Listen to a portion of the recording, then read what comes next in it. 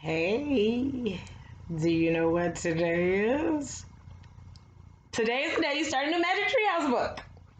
So, this one is Magic Treehouse number 25, Stage Fright on a Summer Night. So, of course, as usual, we have some sort of time word or phrase in our title, Stage Fright on a Summer Night. So, no reviews. Jack and Annie have already completed their mission. They found their four kinds of writing, and they used those four types of writing to help King Arthur to encourage himself and his knights after they had been defeated. So, we'll start our new book today. And the blurb on this one says, "The show must go on." That's what Jack and Annie learned when the Magic Treehouse whisked them back to Elizabethan England. Maybe Queen Elizabeth is the queen here, if they're calling it Elizabethan England. There they meet William Shakespeare himself. Wow, one of the greatest writers of all time. But Mr. Shakespeare is having a hard time with some of the actors in his latest show. Are Jack and Annie ready to make a big interest? Or will it be curtains for Shakespeare?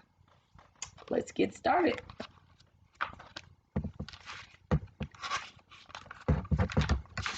Chapter 1, Special Magic. Jack and Annie sat on their porch. Lightning bugs blinked in the warm summer twilight. "Wow, a shooting star," Annie said, pointing at the sky. Jack looked up, just in time to see a streak of light flash through the sky. The light hovered above the Frog Creek woods, and it disappeared into the treetops. Jack caught his breath. He turned to Annie. "That was no shooting star," he said. "Right," she said. They jumped up. Jack grabbed his backpack from inside the front hall. "Dad, Mom, can we go out?" he called. "We'll be back soon." 10 minutes, no more," their mom said. "Okay." Jack closed the door. "Let's go, hurry." Jack and Annie ran across their yard. They ran down their street. They ran into the woods. They ran until they came to the tallest oak. They looked up. "Yep." Jack just smiled. He was too happy for words. "That's our shooting star, the Magic Treehouse." Annie grabbed the rope ladder and started up. Jack followed. When they climbed inside the treehouse, they both gasped. A beautiful woman with long white hair stood in the shadowy corner. "Hello, Jack and Annie," said Morgan Le Fay. "Morgan!" Jack and Annie cried. They threw their arms around her. "Why are you here? What do you want us to do for you?" "You have already done many good things for me and for King Arthur in Camelot. Now I want you to do something good for yourselves. You are going to learn magic." "Oh, wow. Are we going to become magicians? Will you teach us charms and spells?" Morgan laughed. "There is magic that does not need charms or spells. You'll find a special magic on each of your next 4 adventures." "How?" asked Jack. A secret rhyme will guide you on each journey," Morgan said. "Here, this is the first." She held up a slip of paper. Annie took the paper from Morgan and read the rhyme aloud. "To find a special magic, you must step into the light, and without wand, spell, or charm, turn daytime into night." "Turn daytime into night," said Jack. "How can we do that?" Morgan smiled. "That's what you have to find out," she said.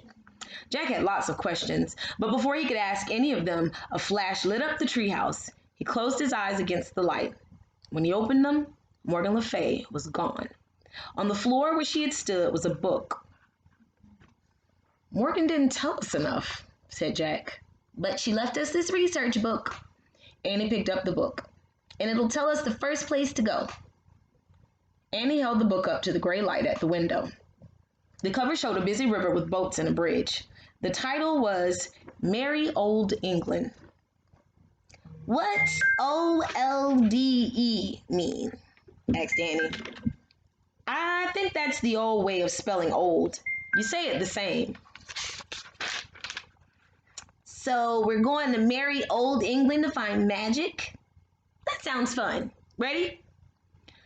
"I guess." Jack still wished they'd gotten more information from Morgan, but he pointed at the cover of their research book. I wish we could go there, he said. The wind started to blow. The treehouse started to spin. The wind blew harder and harder. Then everything was still, absolutely still. Chapter 2, London Bridge. Warm daylight flooded into the treehouse. Jack opened his eyes. Annie was wearing a long dress with an apron. Jack was wearing a shirt with puffy sleeves, knee-length pants, and tights. Their shoes were leather slippers. Jack's backpack was now a leather bag. "These clothes are weird," said Jack. His voice was nearly drowned out by the sound of thundering wagon wheels coming from below. "What's going on?" Annie and Jack looked out. The treehouse had landed in a patch of trees near a wide brown river. Wagons, carts, and people were heading toward the river. Ferry boats, sailing ships, and white swans glided across the water. "Wow, it's so busy." Jack opened their research book and read. In 1600, over 100,000 people lived in London, England. At that time, England was ruled by Queen Elizabeth I. She was much loved by her people. A queen? Cool.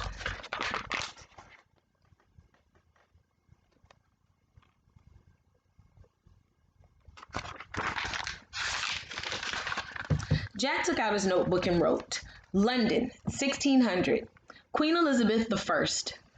"I've never seen a bridge like that," said Annie, looking to her left. Jack looked with her. A giant stone bridge crossed the river. The bridge looked like a small town. It was crowded with houses, shops, and even a church. Jack found a picture of the bridge in their research book. He read aloud. At the heart of London was London Bridge. The bridge crossed the Thames River. At different times in history, the bridge fell down, but it was always built again. "Oh, wow, that must be where the song comes from," she sang. "London Bridge is falling down, falling down." While Annie sang, Jack took out his notebook and wrote, London Bridge crosses Thames River, crowded with stones and houses. "Let's go look for the magic." Annie read Morgan's note again. "To find a special magic, you must step into the light, and without wand, special, or charm, turn daytime into night." Jack squinted up at the sky. It was very blue, without even a cloud. "It's just not possible," he said, shaking his head. But he threw the research book and his notebook into his leather bag. Then he followed Annie down the rope ladder. When they reached the ground, they started walking toward the river. "Phew," Annie said, holding her nose. The river smelled terrible. No one else seemed to mind the smell, though. People were cheerfully piling into ferry boats or heading for the bridge. They all seemed happy, as if they were going someplace fun. A group of ragged boys brushed past Jack and Annie. They were about 12 or 13 years old. They were laughing and out of breath. "Hurry, we'll be late," one shouted. The boys ran toward the stone gateway leading onto the bridge. "Late for what? What's on the other side of the bridge? Why are they in such a hurry to get there?" "I don't know." Jack pulled out their research book. "I'll see what the book says." "No, let's just go, or we'll be late." Annie took off running. Okay, said Jack. He put away the book and ran after her toward London Bridge.